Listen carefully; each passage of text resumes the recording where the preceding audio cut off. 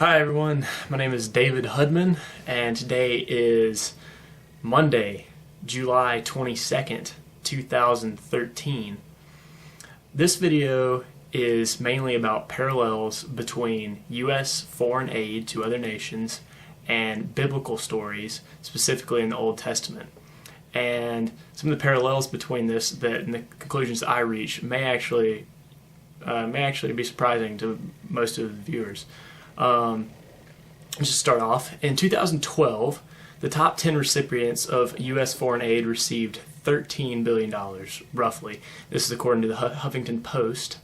The number one recipient of foreign aid was Israel with $3 billion even. Afghanistan followed with $2.3 billion, and Pakistan was third with $2.1 billion. And from a Christian perspective, as I am, I would think that it's wrong to use government force to steal citizens' money, hard-earned money, and give it to other nations. We're forcing citizens to give money to other nations through taxation. And at the same time, we're trillions of dollars in debt here, yet we're just giving money away. So there's a lot of problems with that, obviously, but I think there are actually lessons to be learned from the Old Testament of the Bible about buying alliances. The U.S. foreign policy parallel that I found was from 2 Chronicles 16:9. And summary of that is that basically King Asa gives another nation gold and silver from the house of the Lord and the king's palace in exchange for joining an alliance. And in doing this, he doesn't trust God for his protection. He trusts in the protection of his alliances. I'm reading out of the English Standard Version. That's what I wrote my notes from, but you can follow along in another version if you like. It's 2 Chronicles in the Old Testament. It's chapter 16, 1 through 9. Basically, King Asa, king of Judah, responded to an attack from Baasha, king of Israel, because there was a civil war going on in Israel. The tribes had split, and there was fighting going on, and they were battling for control.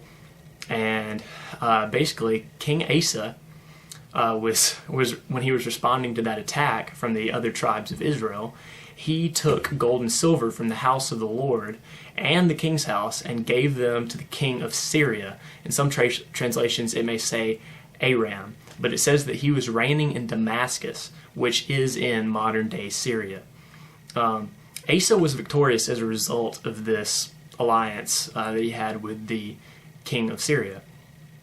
After this victory that King Asa had, Hanani, the seer, came to King Asa, and he said, "Because you relied on the king of Syria and did not rely on the Lord your God, the army of the king of Syria has escaped you. Were not the Ethiopians and the Libyans a huge army with very many chariots and horsemen?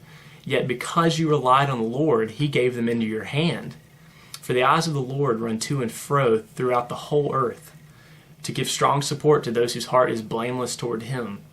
You have done foolishly in this, for from now on you will have wars."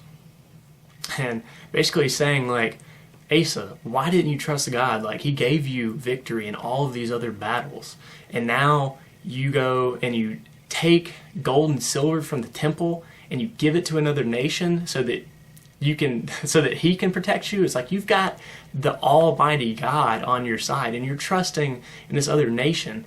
And I think there's also some other evils going on there, because stealing, taking that money from the temple is like stealing it from the citizens, stealing from the nation, because that is part of their property. And basically, they're saying here that he had no right to do that. The scary part that follows is after what the seer Hanani said to King Asa. So then Asa was angry with the seer and put him in the stocks in prison, for he was enraged with him because of this. And Asa inflicted cruelties upon some of the people at the same time. So hopefully we as Americans don't have to suffer the same fate for speaking out against the evils of our government. That we won't be subject to cruelties as a result of speaking out. But whether you're a Christian or not, I believe there's something that we can all learn from this. And I don't know that necessarily, Hananiah the seer was saying, God's going to judge you with wars because of this, as much as he was saying, God's going to give you over to your ways of foreign interventionism, trying to buy alliances, buy friendship. It doesn't work. We're doing it now, and we're getting, from what our own government is telling us, is blowback.